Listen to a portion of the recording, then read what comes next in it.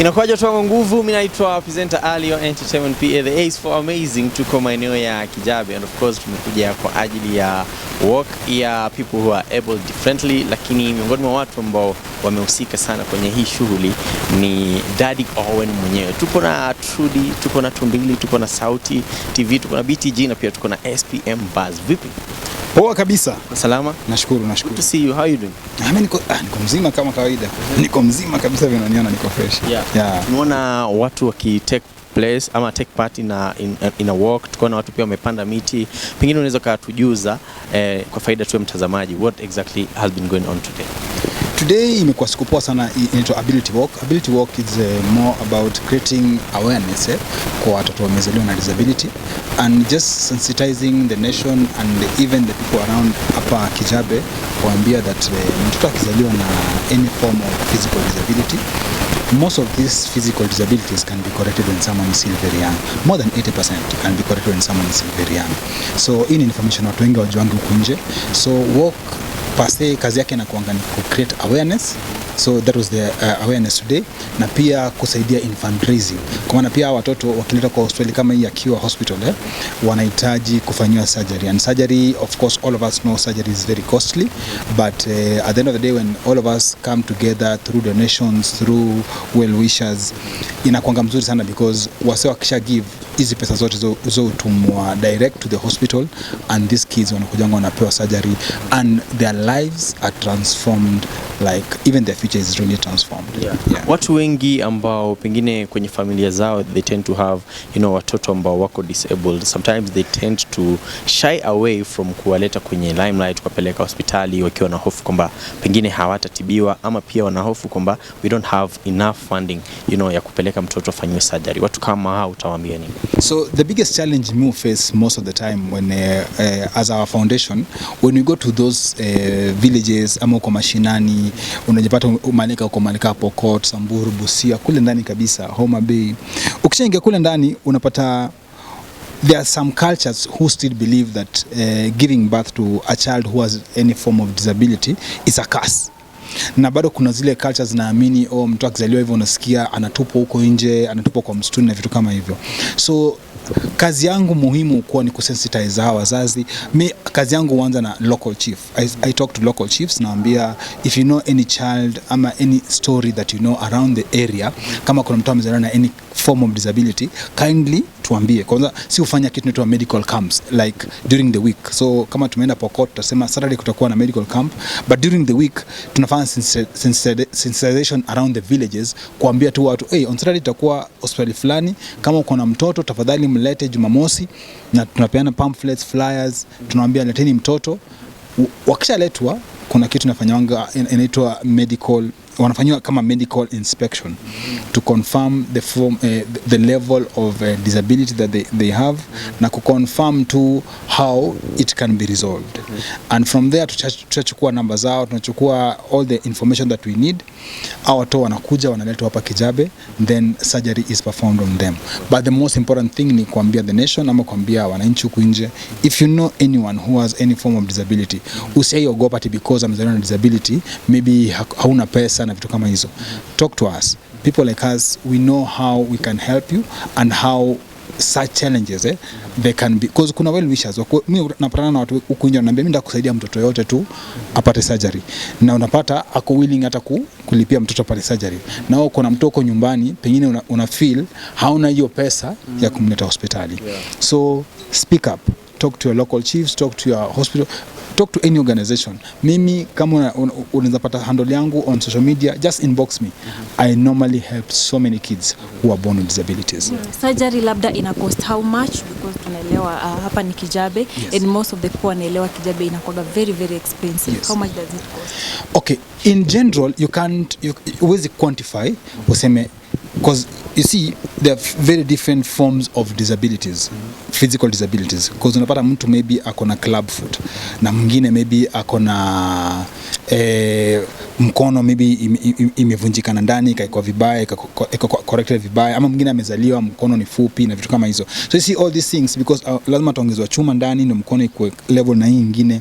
All these things vary, but most of the time we normally tell people that those who want to give is in between 60,000 to 120,000, but the surgery can be even exceeding that amount. But you see, remember at the end of the day, as much as the doctors are doing this through funding and all that, bado kuna some cost here and there that zinafaa kulipwa and all that. But as a parent, that is not your cost. That is not your cost. Your cost as a parent is utuambie tu uko na mtoto anahitaji kusaidiwa, then of course guys will come together, look for ways to make sure that mtu atapata surgery. My aim ni ku make sure that in future kuna eradication of wale watu wana disability that can be corrected. You know, kuna zile zenye unajua hii ni more of neuro, but kama ni zile za physical disability that can be things like clubfoot, I don't think in the next like 10 years Kenya we should be witnessing children who are walking with clubfoot. Yeah. Pengine niulize Cure the center mpaka sasa hivi mmekuwa able kuperformia surgery ambazo zimekuwa successful kwa watoto kama wangapi? In a year alone is more than 2,000 children. In a year alone, because you can imagine because okay, I don't work at Cure, but my foundation works closely with Cure. Yeah. So mimi peke yangu kama through Malaika Disability Foundation, the children that nimeleta hapa every year is more than 500, 600 every year. You understand? And you see, at the end of the day, Cure alone, they have more than 2,000 kids that they support every year. You understand? And unaona hizi ni shida bado tunaziface around. So when you travel ukienda huko nje mashinani kabisa, you'll find most of these kids na sometimes you can't even blame the parents because unapata ana information na pia anaogopa the stigma, na pia the parent mwenyewe unapata at the end of the day akona a lot of responsibilities to do as a parent, because unajua sometimes unasemanga ati huyu anachukua watoto amewaficha amewafungia na ameenda, but if you go to those women waanze kuambia stories zao, mtu anakuambia mimi nafanya kazi ya kibarua na huyu mtoto nikimwacha nje haizi jitegemea, unaelewa, inabidi nimfungie kwa maana siwezi shinda, huyu mtu anahitaji lazima I must take care of the child 24 hours. Yes. But sasa hata kama na take care of the child niko na watu wengine kama 5 na lazima wakule, na mimi peke yangu na lazima nifanye kibarua ndo nipate unga. So you end up understanding some situations. I don't advocate for it, but you understand some situations and then you advise them to do something that is correct ama the right way to do it. Unaambia if there's and that's why sahi najenga ma children centers ama children's homes ama technical schools around the country. That's another thing that watu wengi wajimu ufanya. I'm going to those villages, tuna make sure tunaongea na county government ama tunaongea na watu wenye donors, we buy land, we build a vocational home for these kids so that at the end of the day there's someone who's taking care of them. You understand? As a mother maybe anaweza kuwa anamleta hapo kama daycare, anamleta anamwacha hapo, kuna caregivers who will take care of the child, mama anaenda kibarua yake and then mtu anashughulikiwa. Yeah. Owens said every year mnakuwa na 2,000 people with disability. Na tunaelewa wako wengi. How do you go about this? Maybe unaweza enda upate wako more than that, ama kuna wale wanaweza taka wasaidike lakini nyinyi mnaona labda hawafai kusaidika hiyo time. So how do you deal with such cases? There's a roster. So by time there's a full calendar whereby we do medical camps and we've divided so many regions, like tunasema kama sasa tunaenda central, tunaenda coast, tunaenda hivyo, you understand? So by time tunaenda coast region, we know in the coast region if this month we are taking care of coast and eastern, so we know this month is coast and eastern. So kuna a very good schedule that imepangwa because this is a hospital that has been running for so many years, so they have the experience on how they know how to prepare the schedule and the program itself. So sometimes wanakunga more than 2,000, but it doesn't mean that hata kama kwa more than 2,000 hawezi shughulikiwa, bado wanashughulikiwa because we have doctors in this hospital, we have equipment in this hospital, and we have very good caregivers in this hospital. Now we have the wards and we have it's just a very good facility that take care of these kids. But at the same time, it doesn't mean that we don't call out for guys well-wishers to come and contribute whatever they feel like, because sometimes kama jana nileka tu post hivi, mama fulani nimeweka tu in less than 2 minutes alikuwa shatuma pesa, akantumia message yake ya M-Pesa, kaniambia this confirmation, I can't make it for the walk tomorrow, but I hope the money that I've sent will help the children. Wow. So that's what we do. Okay, pengine niulize, we've seen, many people, let me just say a few people come up with organizations kama hii yako ya Malaika, to just be able to help people with disabilities, sana sana watoto. Is it that the government pengine haijafanya enough ama inakuaje? Government iko na organization inaitwa National Council for Persons with Disability, NCPWD.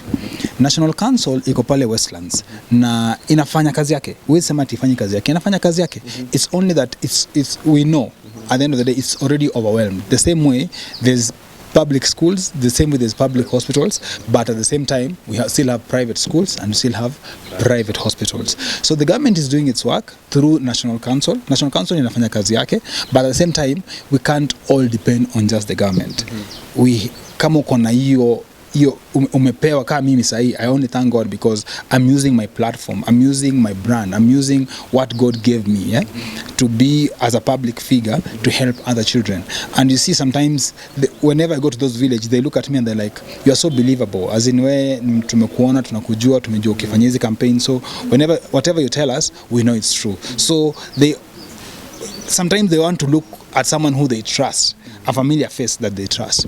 So the government is doing, but we still call upon the government to continue helping National Council, because National Council sometimes I always feel like it's overwhelmed, maybe by the budgets and everything. So if the government can continue fund through National Council, we can see. I believe we'll see so many changes. At the same time, there's a bill, I believe, in Parliament right now. I think it's in the Senate, the disability bill that was signed during Kibaki's time. Right now in Bakitu, ipitia Senate na it's just an amendment that I believe inafaa kupass through Senate. So I'm just calling upon the senators, the Senate, to make sure that such small issues kama hiyo, they just look at it and help most of people who are living with disability. At the same time, there are issues whereby one of the biggest challenges I feel in this country towards the disability ni if someone has physical disability, imagine after 5 years they have to go and renew. You see, kuna mtu akona permanent disability, haitai change. So I don't get the point of why should you go after 5 years? I always wonder, is the government expecting that a miracle tafanyika in between the 5 years? Because if someone has permanent disability, this person life yake iko hivi for the rest of his life. Kama ni kitu ya compare when it comes to tax evasion and all those things, make it permanent. It should not be renewed after 5 years. So that's what I'm just calling upon the government. Kindly, we can check on such things, which is very important. At the same time, funding when it comes to children who are born with disability, how they're going to school and everything. Kindly, I pray and urge the government to look upon such acts. Okay, huko nyuma kuna ward ya watoto. Yes. And of course tunafahamu kwamba watu ambao wanakuja, they come from different sides of Kenya. Yes. Pengine is there a plan to set up something for them, wazazi wenyewe wakikuja, because I do understand kwamba pengine hii sehemu inaweza kukosa the hotels ama the facilities za kuchukua watu wameona pale nyuma. Behind this building now, that's where there's the main wards and the main theater ziko pale. But where we are standing right now, this is a new building, as you can see. It's a new building that last year, was it last year? I think last year, because I work closely with the Cure, when I came here, we came here with Sylvia Mulinge. At that time, she used to work at Safaricom. So when we came, I told Sylvia, the biggest issue I've noticed about this hospital is that when the children come and the patients, when they come, they have to come with a guardian. But the problem that is happening in this hospital is that hizo ward zenye watoto wanalala zimejengwa za watoto. Even the beds and everything zimejengwa za watoto. So when the guardian comes, they always struggle where to accommodate, where to go and sleep, because mtu anakuja hapa, for example, you find a kid from a place like Malindi ameletwa, Akishaletwa anaambia surgery itafanywa kama after 2 days. Anakaa hapa, inabidi alale hapa.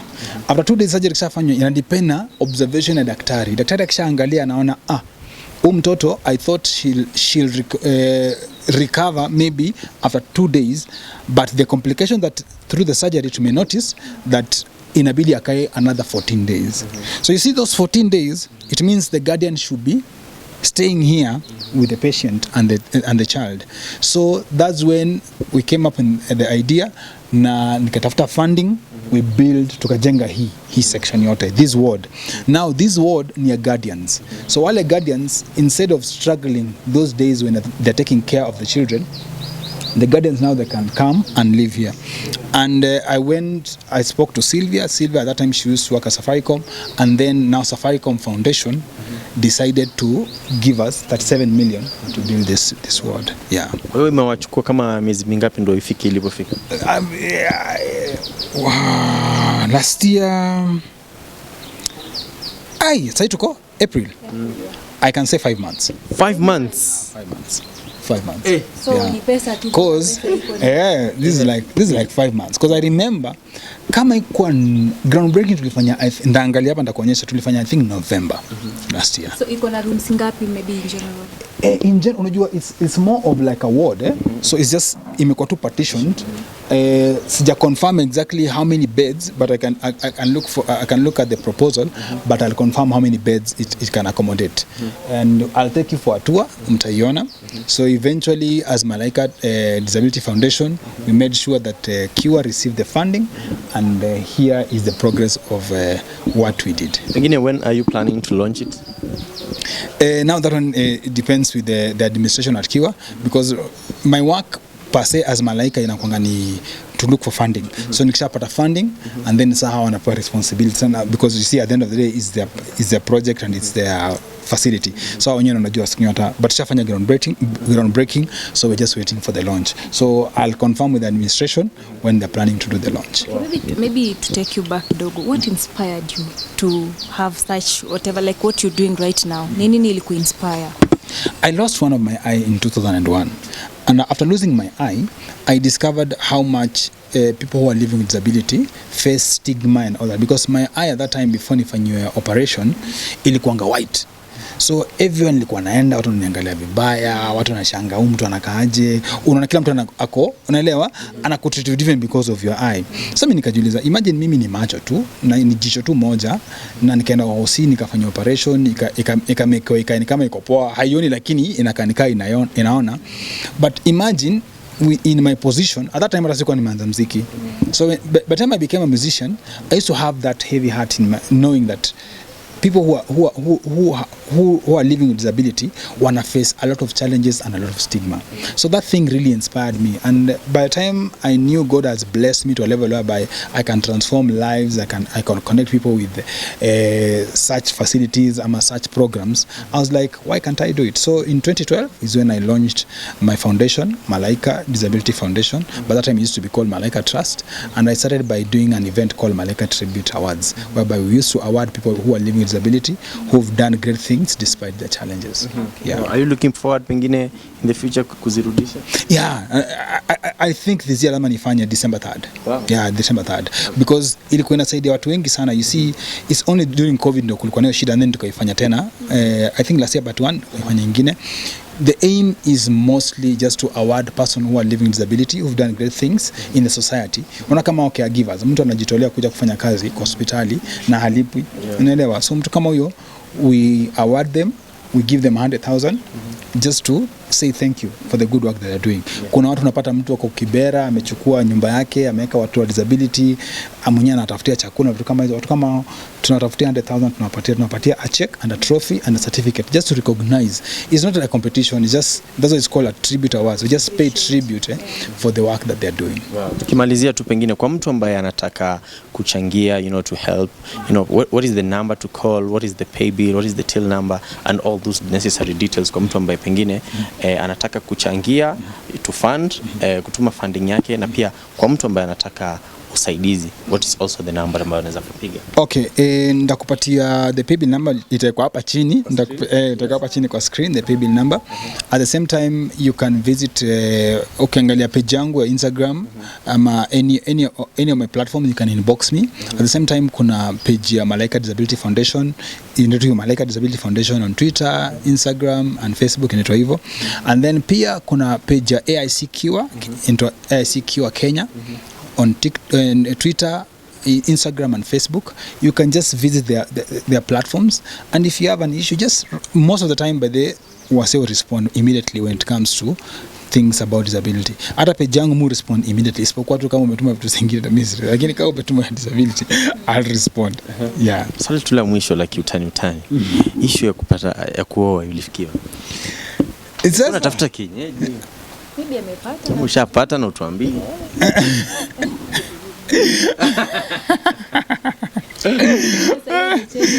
Ama sasa hivi umechange? Unajua for now niko busy sana. For now niko busy sana, nashughulika kidogo. Unajua kwa nini nasema hivyo? Niko busy sana. Sasa niko busy sana, kuna vitu mingi nashughulika nazo. Muda na wakati utawadia, nitawajulisha. Wewe sasa hivi, lakini hivi sasa niko busy. Uko celibate mbaya? Mbaya, mi niko single. Tunaingia Julai. Baridi Wacha tuone ikifikia Julai. Siwezi ongea sasa, iko jua inawaka. Unajua sasa jua inawaka, unaweza sema anything. Wacha Julai ifike alafu tutajua. Asante sana. I really appreciate. Nashukuru sana. Thank you. Okay.